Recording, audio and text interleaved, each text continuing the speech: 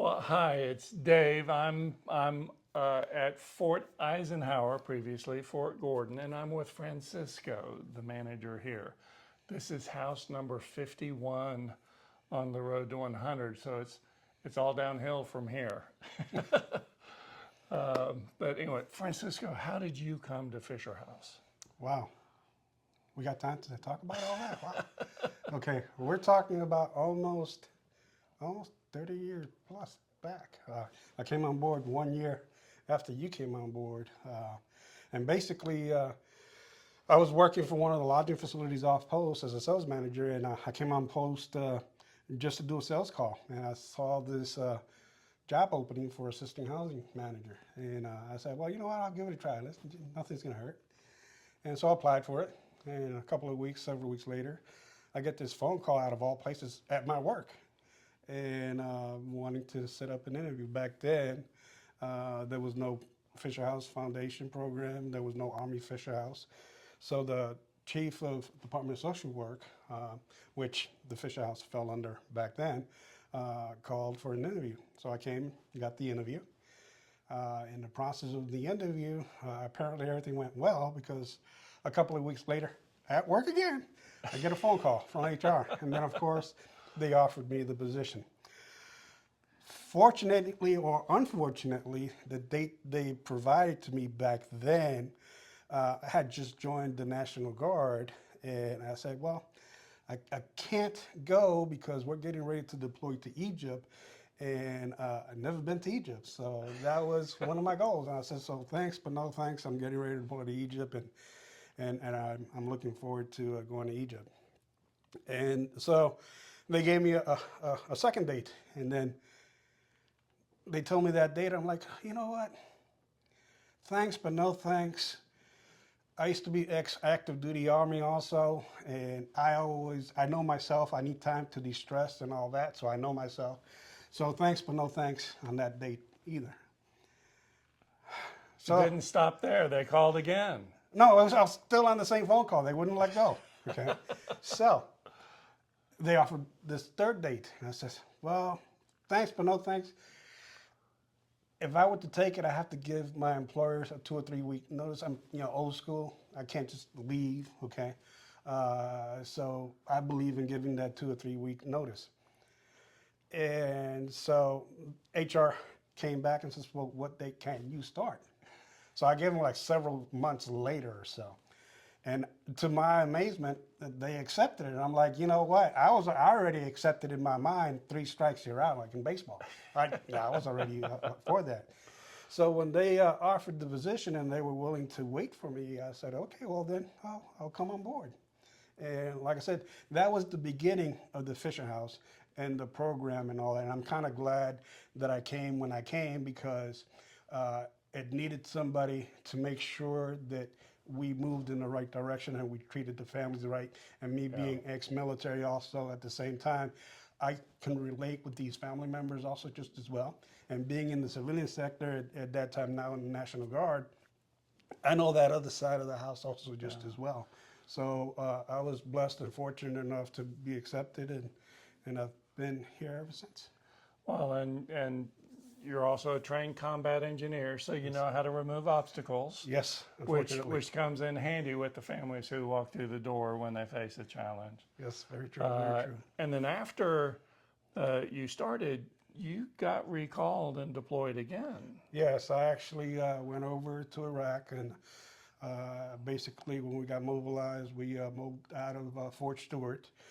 Third ID was the first that went in. When they came out, we were the next one to go in. So in other words, when we went into Iraq and all that, our main job was to maintain MSR Tampa, which was the main supply route into Baghdad.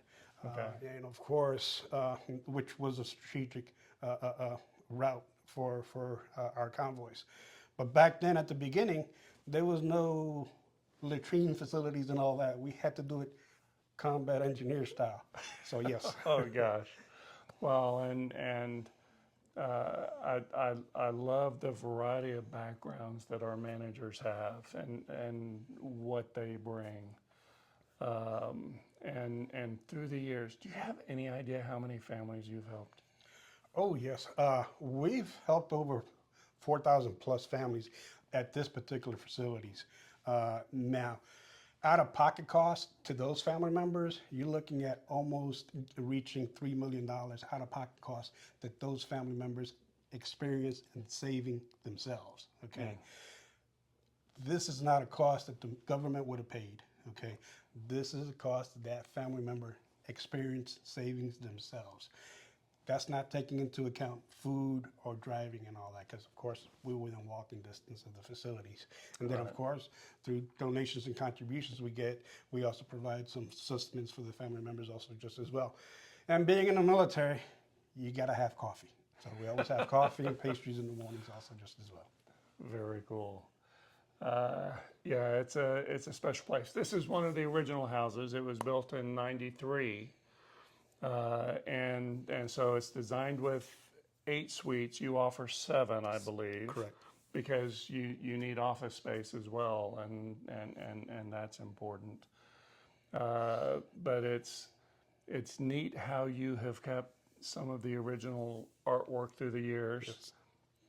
And walking through the doors really is stepping back In time. Yes. in time. And in fact, when this house was dedicated, you had a time capsule, Yes.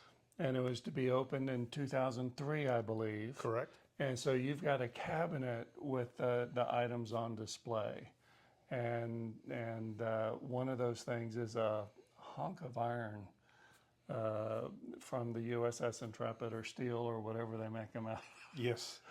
And it's surprising. It's from the starboard side, and it's just amazing how heavy it is and that thing can float.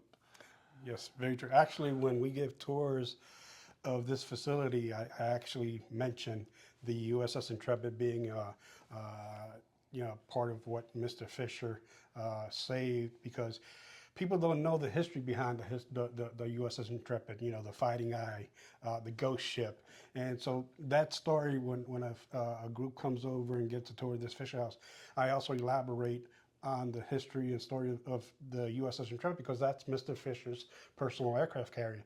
When he found out the history of that aircraft carrier, he knew, hey, there's no way this aircraft carrier is going to go to the scrap heap. So he went ahead and saved her and converted her to our Air and Space Museum, which is docked out of all places in downtown New York. The great thing about that is the original managers, and when I say original managers, we're talking about the first 10 years or so. Several times we actually had managers conferences in New York at the USS Intrepid. And Mr. Fisher himself made sure that we had lunch provided there. One thing that I don't think nobody knows yet is in the evenings, Mr. Fisher, through his connections and contacts, would treat all the managers back then to a play in Broadway on him. I remember it well, and the Intrepid plays such a key role in the Fisher House story, Yes. because that is where Zach's love for the military and dedication to them just welled up, and he looked for another avenue to give back, and his love and respect for the military gave birth to the Fisher House program. Yes, and I remember that like it was yesterday. I can even envision in one of those conferences on the aircraft carrier, the USS Intrepid, at a Fisher House Managers Conference, where all the chief of staff for the branches and the VA director was there. Okay, that was awesome to be in the same room with all those individuals and Mr. Fisher there also. That tells you that you were in the presence of some individuals that can make things happen, movers and shakers, without a doubt. Well, and I'm honored to be in the room with you. Oh, And the road continues.